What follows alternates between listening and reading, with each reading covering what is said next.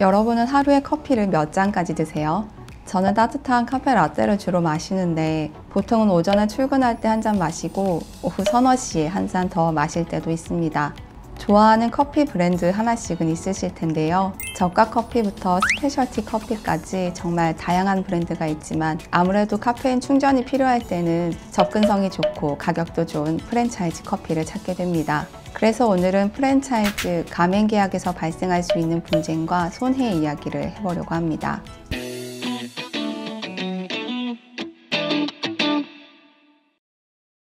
안녕하세요. 덕변의 손해가 알고 싶다 배덕 변호사입니다.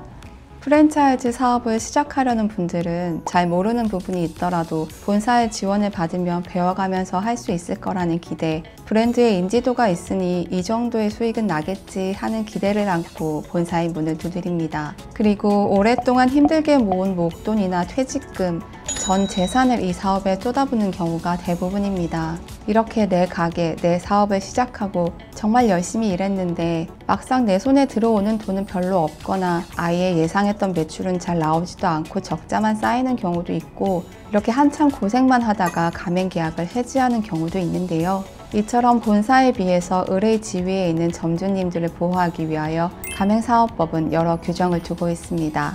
가맹 계약을 체결할 때 주의할 점, 법적 분쟁이 자주 생기는 지점은 크게 두 가지로 나눌 수 있습니다. 가맹 계약을 체결하기 전에 본사가 가맹 점주가 되고자 하는 가맹 희망자에게 정보 공개서를 제공하지 않았거나 부실한 정보 공개서를 제공한 경우, 허위 또는 과장 광고를 한 경우입니다.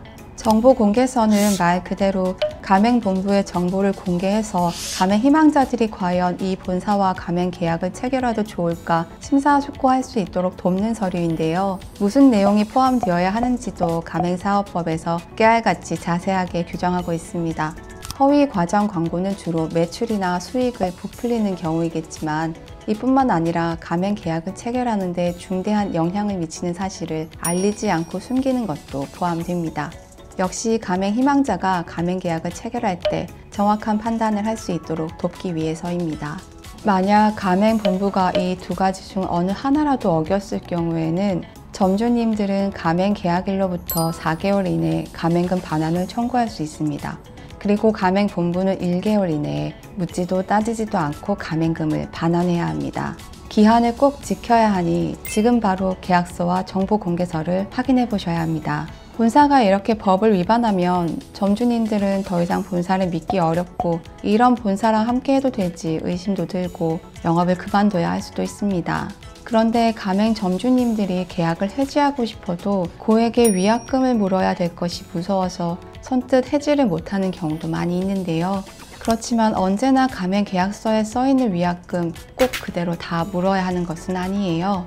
민법 제398조 제4항은 위약금의 약정은 손해배상액의 예정액으로 추정한다 라고 정하고 있는데요. 손해배상액의 예정이란 손해배상액을 미리 정해놓았다는 뜻입니다. 손해배상을 청구할 때 손해가 얼마인지는 서로 계산하기 힘들고 왜 이만큼의 손해가 발생하는지 증명하는 것도 서로 힘드니까 아예 처음 계약을 할 때부터 우리 앞으로 손해배상 청구할 일이 있으면 이 금액으로 하자 라고 미리 정해둘 수 있습니다. 그런데 손해배상액을 예정으로 추정한다 라고 했지 손해배상액을 예정이다 라고 한 것은 아니어서 이게 맞는지 아닌지 또 따져봐야 합니다. 손해배상액의 예정이 맞으면 애초에 계약서에 써있는 금액이 너무 크더라도 계약서에 써있으니까 그대로 다 줘야 되는 걸까요? 그렇지 않습니다. 민법은 제398조 제2항에서 손해배상액의 예정액이 부당히 과다한 경우에는 법원은 적당히 감액할 수 있다라고 정하고 있습니다. 얼마를 감액할지는 전적으로 법원이 결정하는데요. 당연히 그냥 쓱 보고 퉁 깎는 건 아니겠죠. 그래서 손해배상액의 예정을 청구하면 계약서에 써있는 항목이 손해배상액의 예정이 맞는지 아닌지, 맞다면 이게 부당하게 과다한지 적당한지, 과다하다고 하면 얼마나 감액해야 하는지 이런 것들을 순서대로 하나하나 따지게 됩니다.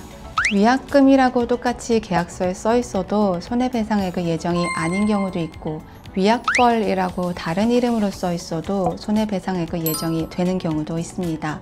내가 보기엔 좀 많은데 라고 생각해도 법원이 봤을 때는 과다하지 않다는 판단이 될 때가 있고 감액이 되긴 했지만 왜 이거밖에 안 깎아줘 라고 생각할 수도 있습니다. 그래서 처음 소송을 시작할 때부터 법적 조언이 필요합니다. 영화 극한 직업에서 류승룡 배우가 이런 대사를 했었죠. 네가 소상공인 모르나 본데 우린 다 목숨 걸고 해. 네가 우리 소상공인 모르나 본데 우린 다 목숨 걸고 해. 오늘도 가족을 걸고 목숨을 걸고 일하시는 자영업자분들, 특히 요즘 더더욱 힘드시죠.